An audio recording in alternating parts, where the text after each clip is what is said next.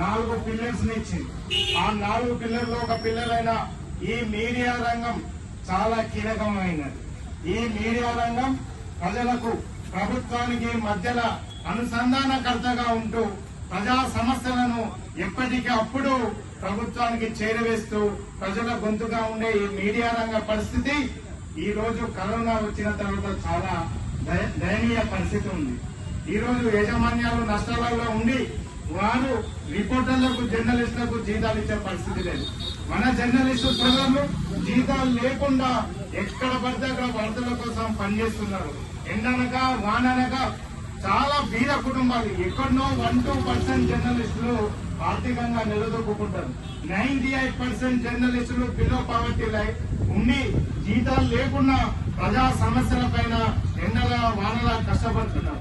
అలాంటి జర్నలిస్టుల కోసం వరంగల్ జిల్లాలో తెలంగాణ రాష్ట్రం సాధించుకున్న తర్వాత అప్పటి మున్సిపల్ శాఖ మంత్రులు కేటీఆర్ మనకు ఇక్కడ ఏప్రిల్ 12, 2021 సంవత్సరంలో దేశాయిపేటలో 3 ఎకరాలలో 2 ఎకరాలలో కేంద్ర బడ్జెట్ తోని డబుల్ బెడ్రూమ్లు కట్టించడం కోసం శంకుస్థాపన చేసింది. ఆ శంకుస్థాపన రోజు మీడియాలో ఒక పండుగ, జర్నలిస్టులలో ఒక ముఖంలో ఒక పండుగ. ఇంటికి వెళ్తే వాళ్ళ భార్య పిల్లలు ఈసారైనా మనకు ఒక ఇల్లు వస్తుంది అని వాళ్ళ భార్య, నువ్వు జీతం లేకుండా ప్రజల కోసం పనిచేస్తున్నావు, ప్రభుత్వం గుర్తించి మనకు ఇల్లు ఇస్తానని ఒక ఆశతోని 2021 ఏప్రిల్ 12 నుండి ఇప్పటి వరకు చూస్తుంది. అప్పుడు మన స్థానిక వరంగల్ జిల్లా తూర్పు నియోజకవర్గం నుంచి నన్నప్రేమ్ నరేందర్ దాన్ని కట్టేటప్పుడు 2 నెలలకోసారి పర్యటించి ఒక పండుగ వాతావరణం జర్నలిస్టులు అందరికీ మళ్ళీ ఆశ. దానికి ఒక మీడియా దాదాపు ఒక 500 మందితోని ప్రదర్శన మేము చేస్తాను, మీడియా మిత్రులకు ఇస్తున్నాం. అలాంటి వార్తలు చూసిన జర్నలిస్ట్ కుటుంబ సభ్యులు వారి పిల్లలు ఆనందపడ్డారు, అదే మనకు వస్తానే ఈ పని అవుతుందని. కానీ ఇదే నరేందర్ మళ్ళీ ఎన్నికల ముందు ఇస్తే అయిపోయేది. షార్ట్ లిస్ట్ అయింది, కలెక్టర్ దగ్గర ఉంది, అప్పటికి రెడీ అయి ఉన్నాయి. కానీ ఎన్నికలలో డబుల్ గేమ్ ఆడి నరేందర్ వాటిని అప్పుడు ఇవ్వకుండా మభ్యపెట్టి పెండింగ్ పెట్టి ఎన్నికలు ఇవి ఇస్తే జర్నలిస్ట్ సోదరులు మళ్ళీ నాకు ఎన్నికలలో ఉంటుందో ఉండదో అని ఒక ఆశతోని పెండింగ్ పెట్టుకుని మళ్ళీ నేనే కదా గెలిచేది, మాదే కదా ప్రభుత్వం, వచ్చిన తర్వాత చూస్తామని ఒక ఆశతోని దాన్ని పెండింగ్ పెట్టింది. ఆయన ఏం చేసిండు, మొన్న కాంగ్రెస్ ప్రభుత్వం అధికారంకి వచ్చింది, టీఆర్ఎస్ పార్టీ లేదు, అధికారంలోకి రాలే. కానీ మళ్ళీ వచ్చి ఆయన మళ్ళా మొన్న జర్నలిస్ట్ సోదరులు వరంగల్ తూర్పు నియోజకవర్గంలో దాదాపు 200 కుటుంబాలు ధర్నా చేస్తుంటే ఆడికి వెళ్లి సంఘీభావం చెప్తాను. ఆయన కథ ఎట్లున్నదంటే దయ్యాలు వేదాలు వల్లించినట్టున్నది, నక్కలు నీతి మాట్లాడినట్టున్నది.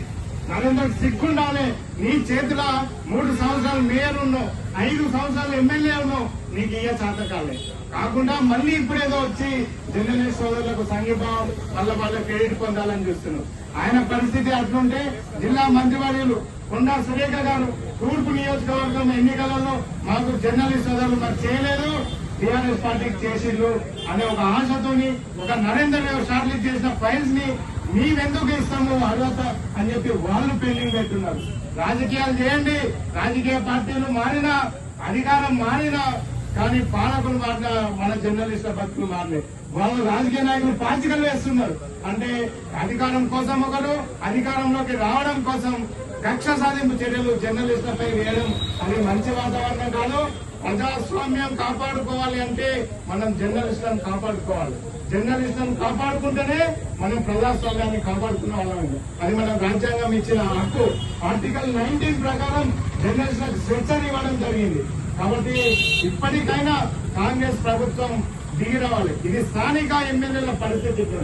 కేసీఆర్ ఏం మాట్లాడినప్పుడు మా జర్నలిస్ట్ సోదరులకు తెలంగాణ రాష్ట్రం మొత్తంలో కూడా మోడల్ గేటెడ్ కమ్యూనిటీలో కార్పొరేట్ కంపెనీల యొక్క గేటెడ్ కమ్యూనిటీలు ఎట్లా ఉన్నాయో ఆ విధంగా జర్నలిస్ట్ కాలనీలు ఏర్పాటు చేస్తామన్నారు. అదే కాలనీలో జర్నలిస్ట్ పిల్లలకు మోడల్ స్కూల్ ఇస్తామన్నారు. వాళ్ళ పిల్లల పెళ్లిలకు కళ్యాణ వేదికలు కూడా ఆ కాలనీలో ఉంటాయని చెప్పారు. రాష్ట్రం మొత్తం కూడా జర్నలిస్ట్ కాలనీలు ఉంటాయన్నారు. కానీ ఏ ఒక్కటి కూడా ఇవ్వలేదు. ఆయన అలా చేస్తే రేవంత్ రెడ్డి గారి మేనిఫెస్టోలో ఈ జర్నలిస్టుల కోసం మేము ఇల్లులు కట్టిస్తామన్నారు. జర్నలిస్టులకు హెల్త్ స్కీమ్ తీసుకొస్తా అని చెప్పారు. వాళ్ళ పిల్లలకు 50% ప్రైవేట్ స్కూళ్లలో కార్పొరేట్ విద్యను అందిస్తామన్నారు. కార్పొరేట్ హాస్పిటల్లో కూడా వారికి వైద్య సదుపాయం చేసే విధంగా హెల్త్ స్కీమ్లు తీసుకొస్తామని ఇదే రేవంత్ రెడ్డి అనేక వేదికలలో ఎన్నికల ముందు చెప్పారు. కానీ రాష్ట్రంలో ఎక్కడ కూడా ఆ పరిస్థితి లేదు. జిల్లాలో ఈ విధంగా ఉంది, రాష్ట్రంలో ఆ విధంగా ఉంది.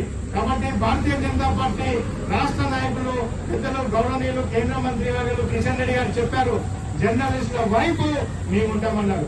బండి సంజయ్ గారి దృష్టికి కూడా మేము ఈ విషయాన్ని తీసుకెళ్లాం. కిషన్ రెడ్డి గారి దృష్టి కూడా తీసుకెళ్లడం జరిగింది. వారు అన్నారు, మీరు జిల్లా లెవెల్లో జర్నలిస్టుల కోసం పోరాడండి. రాష్ట్ర స్థాయిలో భారతీయ జనతా పార్టీ ఖచ్చితంగా జర్నలిస్టుల యొక్క డిమాండ్లు వారి యొక్క కోరికలు అర్హులైన జర్నలిస్టులకు డబుల్ బెడ్రూమ్ ఇచ్చేంత వరకు కూడా భారతీయ జనతా పార్టీ వారి వైపు ఉంటుందని తెలియజేయడం జరిగింది. ఈ వరంగల్ జిల్లా కలెక్టర్ కు మీ ధర్నా వేదిక నుండి మేడంకి ఒకటే రిక్వెస్ట్ చేస్తున్నాం. మేడం, మీరు ఎమ్మెల్యేలు మంత్రుల యొక్క మాటలు వినకండి. ఎవరైతే బిలో పవర్టీ ఫ్యామిలీ ఈ జర్నలిస్టు తూర్పు నియోజకవర్గ జర్నలిస్టులు ఉన్నారో మీరు వెంటనే వారి దండ దగ్గరకు వెళ్ళండి.